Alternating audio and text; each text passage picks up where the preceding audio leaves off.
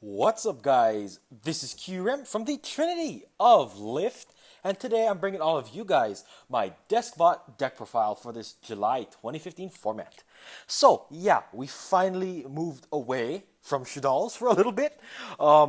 So, basically, the premise of why I built this deck was mainly because I was looking for another rogue deck to build. And I was considering weird things like Sylvans and maybe Arrow Mage and all those kinds of weird stuff, just to have something fun and cool to play. But I'm not gonna lie, I did read a TCG Player article. I want to say 2 weeks ago or something around there, maybe three. It was a couple weeks ago. I know that for sure, and it highlighted desk bots. And after reading that article and kind of learning about what the monsters do and how the archetype kind of works, I was actually very much intrigued by the deck. And after taking some ideas around the internet, I have decided to settle on this list to show to you guys today for this deck. So let's get right into it. Alrighty, so starting off with the main deck, we will start off with the two copies of Deskbot 1.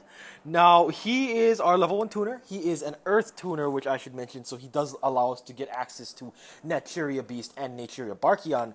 And he also has a really cool ability whenever there is multiple Despots on your field, or excuse me, not Despots specifically, whenever there's machines on your side of the field, he does indeed gain 500 attack and defense for each machine on your field, including himself. So basically, with the way that Deskbots work, and how they do swarm the field extremely fast when you do see your combo cards, you can actually get this guy up to really, really huge attack points. So he basically is your really huge beater, as well as, again, that level 1 tuner to help us get into all of our synchros. So again, we do have two of him. I did not like three. Three felt like a lot more cloggy than I thought it would be. And so that is why I did decide to cut one copy of it and just stick with two for now. Next up, we have the one copy of Deskbot 002. He is going to be our searcher for the deck. Whenever he is special summoned, we do search a Deskbot out of our deck and add it to our hand. Now, albeit he does sound like a card that helps bolster our consistency, the biggest issue with Deskbot 002 is the simple fact that you have to special summon it. Now, if you do end up drawing Deskbot 002, there isn't really a good way to really get it out of your hand and special summon it for its effect, as there is only one Deskbot out of the five that we have now that can actually special summon it out of our hand. But the big issue is that you're not gaining as much advantage as you would be if you were to do that kind of play. So because of that, we'd rather try and set it up by sending it to the grave, with the various ways that we do have, I guess you could say, the ways we can do that in this deck. And again, that is why I only decided to run one copy of number 2. Moving on, we have 3 copies of Deskbot 003. Now, he is probably the best guy in the whole arsenal of Deskbots we have. Whenever he is normal summoned, we can special summon any Deskbot from our deck. And then once per turn, during either player's turn, we can target a Deskbot on our field, and then increase that Deskbot's attack and defense by the amount of Deskbots on our field at times 500. So that's a pretty cool, again, it kind of works in the sense of how this deck is trying to swarm as many Deskbots on field, and they just make really big things with them. And this guy also, I should mention that he is pretty strong due to the fact that he can actually be sort of like a Madochi Angeli, in the sense that if you just have one of him, you can actually go +2, because you can always just special summon this guy from your deck and search from there, so that's a straight +2. Or you could do something with the next guy, which I'm going to show off, and get some pretty ridiculous pluses that way. So again, we have to have 3 of him, because he is basically the card that will get us through our advantage and get our deck going. Next up, like I did show, we have the Deskbot 004s. I do run 3 copies of it, because this guy is your big offensive monster. I know I said that Deskbot 001 can get up to really insane amounts of attack points, but this guy can consistently get over almost any given monster threat, outside of maybe weird things like Nekraz of Decisive Armor, which is the one thing I can think of off the top of my head right now. As basically, whenever Deskbot 004 attacks, during damage calculation, you can activate his effect to send one Deskbot from your deck to the grave, and then Deskbot 004 gains attack equal to that monster's level that we did send to the grave times 500. So we potentially have the chance to make him go all the way up to 3,000 attack, which is pretty insane. So he is an Apocryphal Towers, which I should mention, just due to the fact that Clayfort Towers Turbo is still somehow a thing, but still, it also outs towers, as well as it also has another really, really cool effect, that whenever it does run over a monster, you can special summon 2 Deskbots from either your grave or your hand. So again, it kind of Like I said with number 2, this is the way that you'd summon it out of your hand, but again, you really don't want to try and do that. You'd rather just, again, send it to the grave, because you can still summon it from the grave with 0-4. So, again, we also have 3 of him because he, again, really is just our big power card. And then finally, for the last Deskbot, we have 3 copies of 005, because we need to have 5 of this guy, because he is a level 5, obviously, so he works quite well in tandem with this card to make him the 3000 attack. And whenever he is also special summoned, usually by 004's effect, he can pop a back row, which is pretty cool because, again, it kind of alleviates the need for MST, as he basically is a walking MST. And again, it's just another Deskbot that you can grab and put on board. I also should mention that he is kind of like Deskbot 001 in that he gains attack points, but not in the very conventional way that 01 does. He only gains 500 attack and defense for each Deskbot face up in your extra deck. So again, that part of the effect isn't really relevant until we get Deskbot 006 in the next set. But again, for now, we just have 3 just to ensure that we have copies in our deck for the 04 plays. So that will be rounding off our Deskbot lineup. Moving on, we actually have a Gear Gear aspect of this deck, which is the 2 copies of Augur and the 1 copy of Accelerator.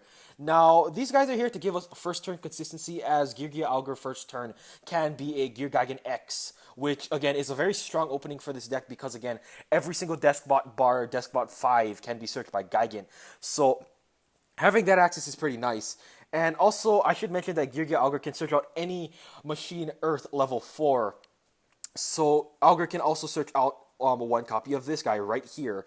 So again, it just adds a little bit more consistency to the deck and a little bit more searchability. So this is the Gear Gear aspect of our deck. We also run 1 copy of Mathematician. I was testing Foolish Burial in this deck before to help us Foolish our Deskbot 002, but I ended up going back to Mathematician for the fact that it puts a body on board, unlike Foolish where it's a spell, as well as whenever Mathematician does get killed by battle, it pays for itself. So in general, I felt that Mathematician was a little bit better than Foolish, just because, again, it's really hard to make you lose advantage if you do summon that Mathematician, because although you're not innately gaining advantage immediately, like in a deck where maybe like Shaddolls or Burning Abyss, you're still not going to go neg, unlike Foolish Burial. So that is why we do have the 1 Mathematician. And then we have a couple of hand traps, which is the 2 copies of Valor and the 2 Maxi. Valor is really good, of course, because it helps us stop effects like any type of Trishula and all that kind of stuff.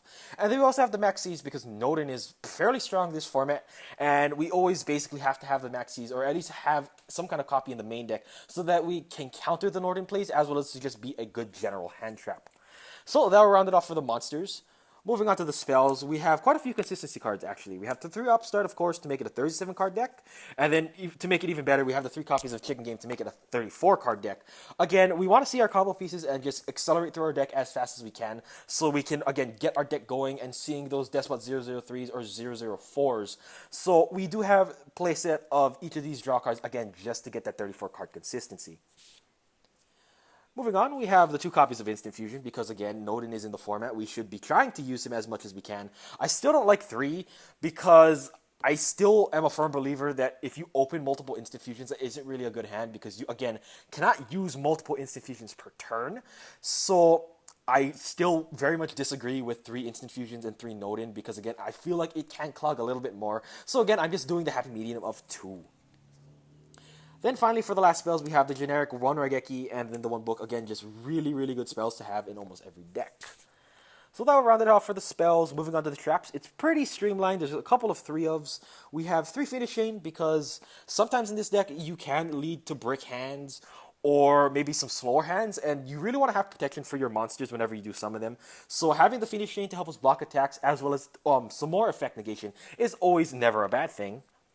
Then we have 3 copies of Mind Crush, again, to just it's kind of like a meta call for this card. I usually don't main Mind Crush in most of my decks, but I found it to actually be kind of helpful in this deck because, again, we all know how good Mind Crush is in this meta. And again, it was just more or less a meta call for me. But still, Mind Crush is a very solid card. Like, even if your locals might be a little bit more rogue dominant, very much like mine, actually, Mind Crush still can put in a lot of work. So we do have those 3 cards. Another 3-of we have is 3 copies of Call of the Haunted, because this deck has issues special summoning outside of their normal summon. So because of that, I decided that 3 Call of the Haunted was important because, again, we want to try and swarm the field as fast as we can. So having the Call of the Haunted to essentially give us more summons is always really good.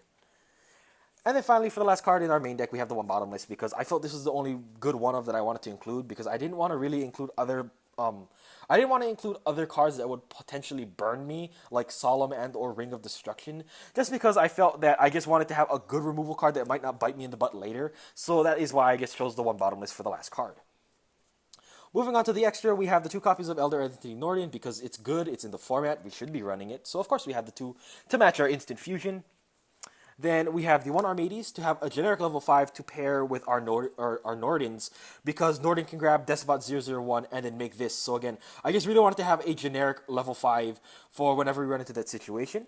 Then we have Nat Beast and Nat Barkion for generic, just locking our opponent out of their spells and traps. We have the 1 copy of Metaphyse Horus because Deskbot 005 is indeed a pendulum monster, and we can make Horus with 1 and 5. So we can basically make a walking Snatch Steal, which is really cool. Then we have the 1 Black Rose for Ward Nuking, the 1 Scrap Dragon to remove problem threats, the 1 Stardust Dragon to help us prevent destruction against things like maybe like Ignites especially, and other just generic destruction decks. And then finally we have the 1 Trish because we can make Trish every so often because again we have 1 and maybe like 5 and 3 or something along that line. Like there's many different ways you can make Trishula in this deck. So because we can run Trishula. Moving on to the XZs, we have the 1 Dweller for Burning Abyss and Shaddoll and whatnot. We have the number 80 for Necros and all those bad things that rotate around getting stuff from the grave. We have the 1 Gear Gigant, like I said with Gear, we have this for our good turn 1 plays, as well as to be just a generic good machine support XZs. We have the 1 copy of Castel for just generic removal of cards. And if I could put it down, I would. I guess we can just put it for now. This is more or less what excuse me if I can speak right now. If I had, this is a 14 card extra deck, and basically I don't have the 15 card because, well, I got to trade for it basically. The 15 card in this extra deck would be in Artifact Durandal, but again, like I said, I don't have it. This is a 14 card extra deck currently, but I did test, and I am planning on running an Artifact Durandal because it can help you play around Valkyris and just be a general good rank 5 in general, because again, you have the Despot 005s as well as you have the Nat Beast too to make that rank 5. So again, this is a 14 card extra deck, but I would be including that Artifact Durandal to be the 15th card. And then of course, Yusei Token because I did show it off and I love to show it off. So yeah, Yusei Token. So alright guys, that will be it for my Deskbot deck profile for this July 2015 format. I hope you all did enjoy, and again, if you have any thoughts about this deck and all that kind of stuff, make sure to always leave a comment, because if you guys don't understand the trend, or if you guys haven't been paying attention, I always check my comment section, and I always do pretty much read every single comment. So hey, I always will definitely try and get back to you guys if you have any questions, comments, and or concerns, or maybe even some suggestions, because again, I'm always open-minded about these kind of things. So again, hope you all did very much enjoy, and as always, this is QRem from the Trinity of Lift, and I'll see all of you guys later.